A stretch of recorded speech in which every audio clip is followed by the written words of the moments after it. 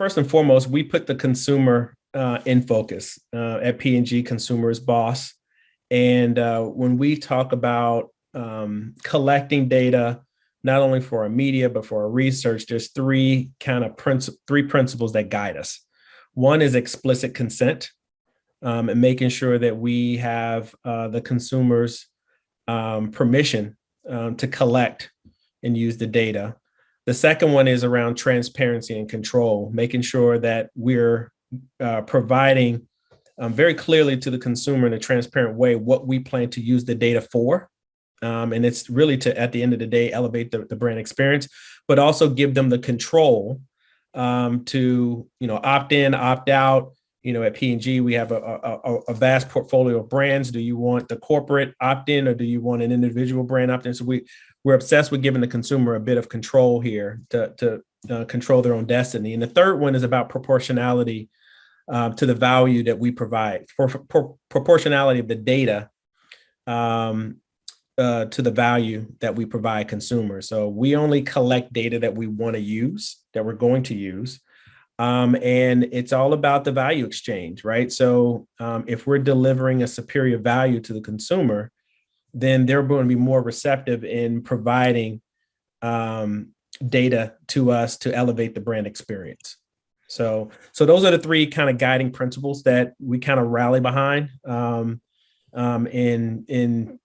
executing our data strategies.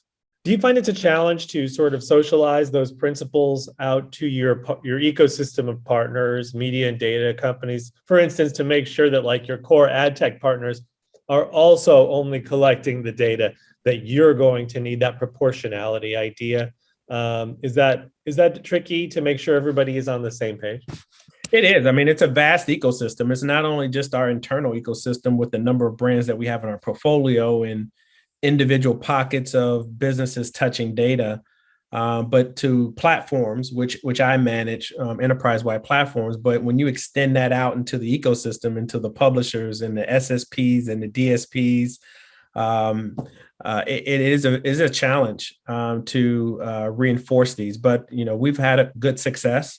We kind of go top down. We collaborate a lot with our businesses and making sure that everybody's on the same page. But it is an ongoing daily activity in how you talk and how you communicate to your business partners in a way that reinforces those principles that I mentioned earlier. All right, great. So Eric, you've been working in media for around 6 years, as I recall. What are the big changes that you've noticed in that time? Wow. Yes, I think it's and I love it. It's changed a lot since when I first came in. I think the robustness of capability. When I first came in, let's just take programmatic, for example, it was known as a black box. I mean, this, right? So, people didn't really understand the technology, the capability. But in today's context, I think people are very aware. Programmatic is not necessarily a black box anymore. A lot of the data sets and the results are very transparent. You move from a central core set of knowledge, like a COE, if you will, where now that information and knowledge is distributed, not only from ad tech partners, but into advertisers. And within the walls of advertisers, it's not just a core COE team, it's into the businesses now, right? So we'll talk about this a little later on, but we now got businesses with teamed with resources with their hands on the keyboard, launching and managing and optimizing campaigns. So I think that's been the big shift where, media was so centralized and now I think it's distributed. I think, the explosion of new formats. We talked about OTT earlier, where, we're excited about this new format because it is TV-like.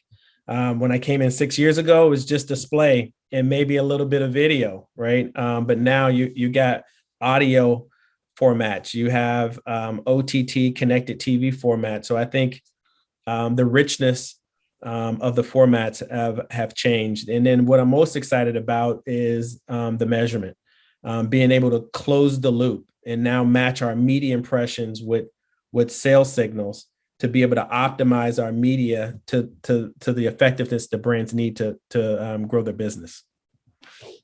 You mentioned that you kind of hinted there that P&G has, sort of a lot more people with category expertise, hands on keyboards and all of that. How do you think about the talent equation now? And, everybody is, worried about retaining their best talent and all of that. Like, what's your mindset around having skills, whether they be in-house on the payroll of P&G or, with your close partners, just maintaining that high level of ability and skill set and talent overall? Yeah, I actually see it as a positive. I mean, maintaining that is a challenge within itself, but we've seen tremendous value in in-housing media capabilities and services. Our brand builders are more skilled, more agile, with their hands on the keyboard, launching campaigns, optimizing campaigns, and this is translating into business growth for us and having that increased agility. But developing this talent has created new career paths, new reward systems, job satisfaction.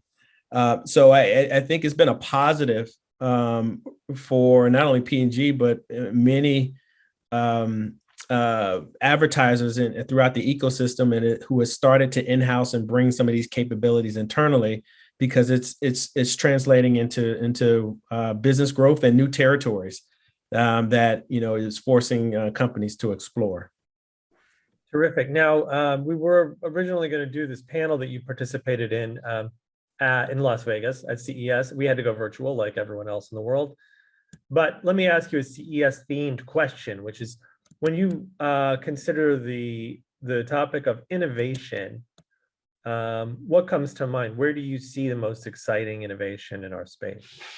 In our space, I mean, you know what? I mean, CES is fairly new for P&G. It has now become one of the staple tent poles for us to have presence in. So a lot of our brands are now bringing in technology to improve the efficacy of the products. And I'll just use Oral-B iO, for example, where, you're bringing technology into a power toothbrush that's now app enabled, that's got AI inside the brush and connecting you to, more information about, dental hygiene.